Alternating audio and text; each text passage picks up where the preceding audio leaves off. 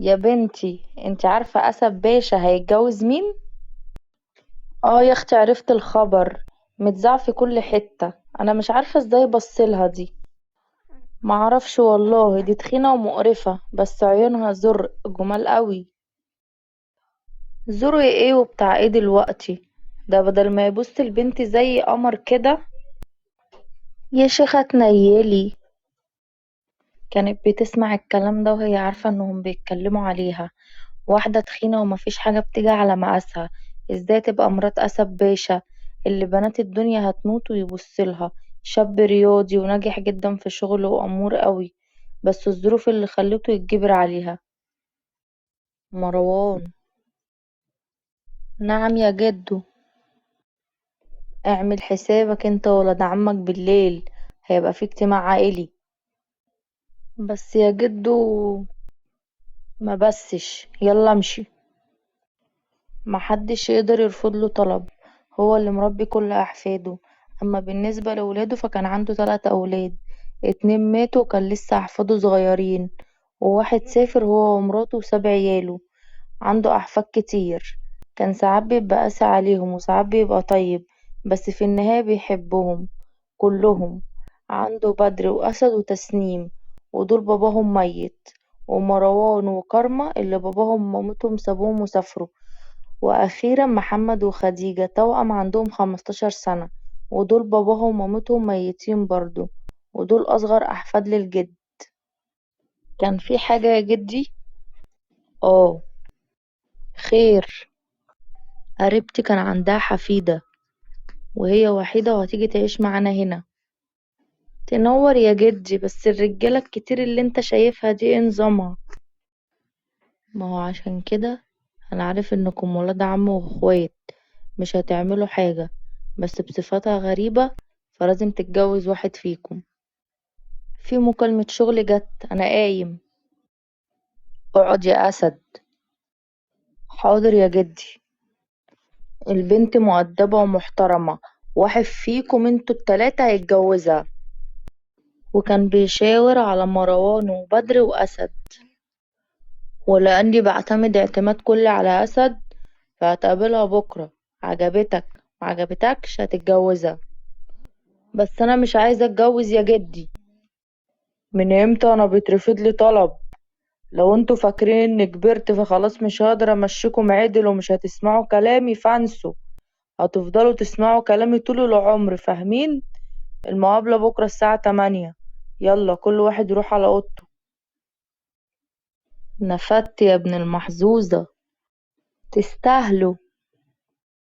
كانت ماشية وخايفة، خايفة من نظرات الناس ليها وهي بتبصلها بحقد وبغل وقرف.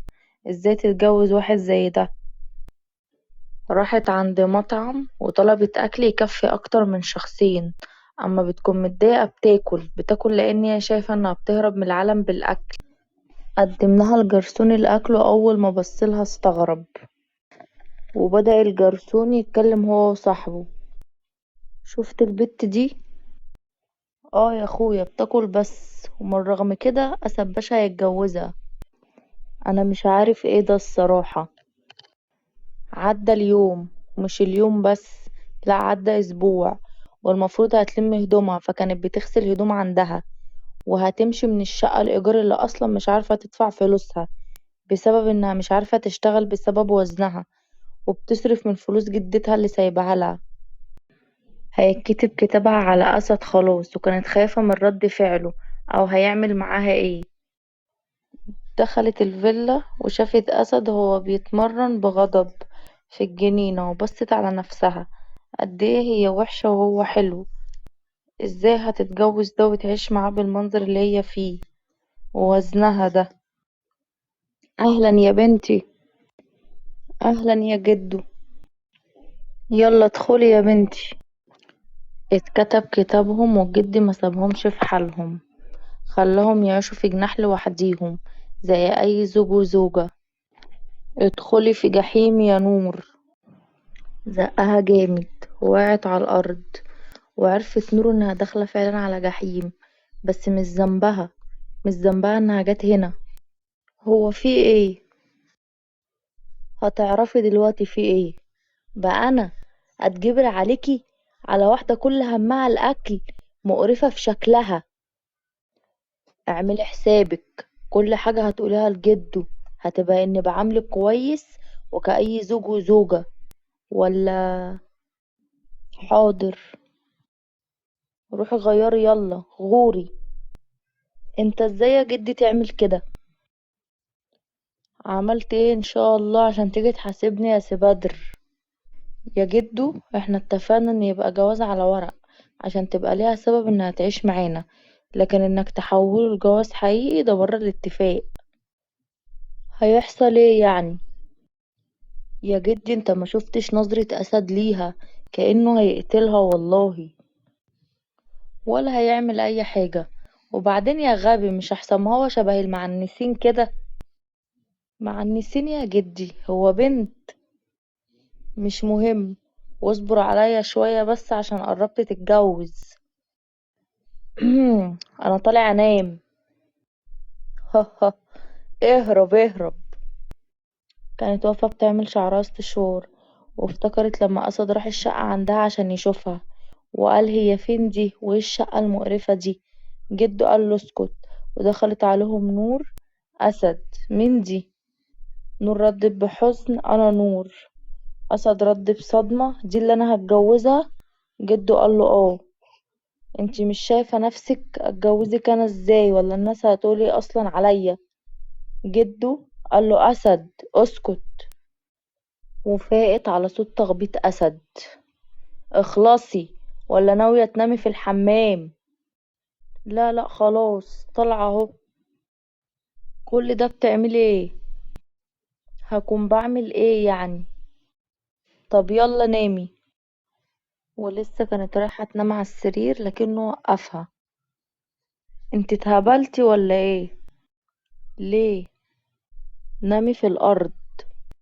بس اخلصي. طب انا عايزة مخدة وبطانية. نامي على الأرض. الجو برد. طب اخلصي بدل ما انيمك في البلكونة وتشوفي البرد فعلا. نور بحزن نامت على الأرض. وتاني يوم صحيت نور على صوت أسد: قومي. حاضر. حاضر. اتزفتي البسي أي حاجة عشان ننزل. ولبست ونزلت عشان يفطروا. انت نسيتي نفسك ولا ايه؟ معنى اني كلتي من ايدك يبقى خلاص كده؟ بصي لنفسك في المراية. انت ليه بتعمل معايا كده؟ ما انا برضو مجبورة عليك. ده اللي انت شاطر فيه صح. كلمة كمان وهخفيكي من على وش الأرض. سابها وخرج. وقعدت تعيط قدام المراية، وشافت شكلها تخينة مفيش حاجة بتدخل فيها، محدش حبها. ليه محدش حبها؟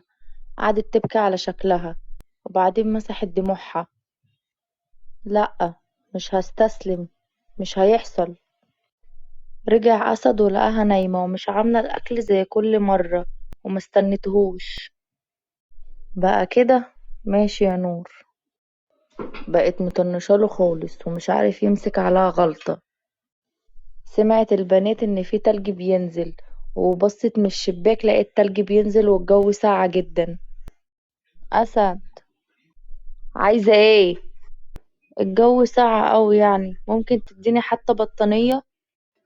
مفيش بطاطين. على فكرة انت مستفز. مين؟ انا اللي مستفزة. شطورة. انت ضحكت. بس يا ماما، ما تعاملني كويس. ولو 1%، مش ذنبي ان ابقى تخينة. على فكرة المفروض تقف جنبي وتشجعني عشان اخس. طب نامي بدل ما اقوملك. نامت نور مبسوطة انه حس بيها، ولو بابتسامة. قومي. نور مع نفسها: يا شيخ انت عندك انفصام شخصية. سامعك. نعم. في بارتي. لو حد متجوز لازم يجي قبل، فانا طبعا ما ينفعش اجي بيكي بشكلك ده. دمعت عينيها بس مسحتها على طول. طيب والمطلوب ايه؟ هطلقك وابقى اردك بعدين عشان اروح لوحدي سنجل وكده. تمام انا هتصرف. ازيك يا جدو؟ ازيك يا بنتي؟ ايه في ايه؟ جدو، انا عايزه اتطلق واسافر برا. ده ليه ده بقى؟ بصراحه يا جدي عايزه ابدا صفحه جديده مع نفسي، لو ده مش هيضايقك. اسد عمل لك حاجه طيب؟ لا يا جدي، ما عمليش حاجه. تمام، على راحتك يا بنتي، هجيب المأذون الاسبوع الجاي. معلش يا جدي، ممكن يكون النهارده؟ لا يا نور، يبقى كده في حاجه. لا يا جدي، مفيش حاجه، بس انا عايزه اسافر الاسبوع الجاي. وبعدين اسد ماله بقى؟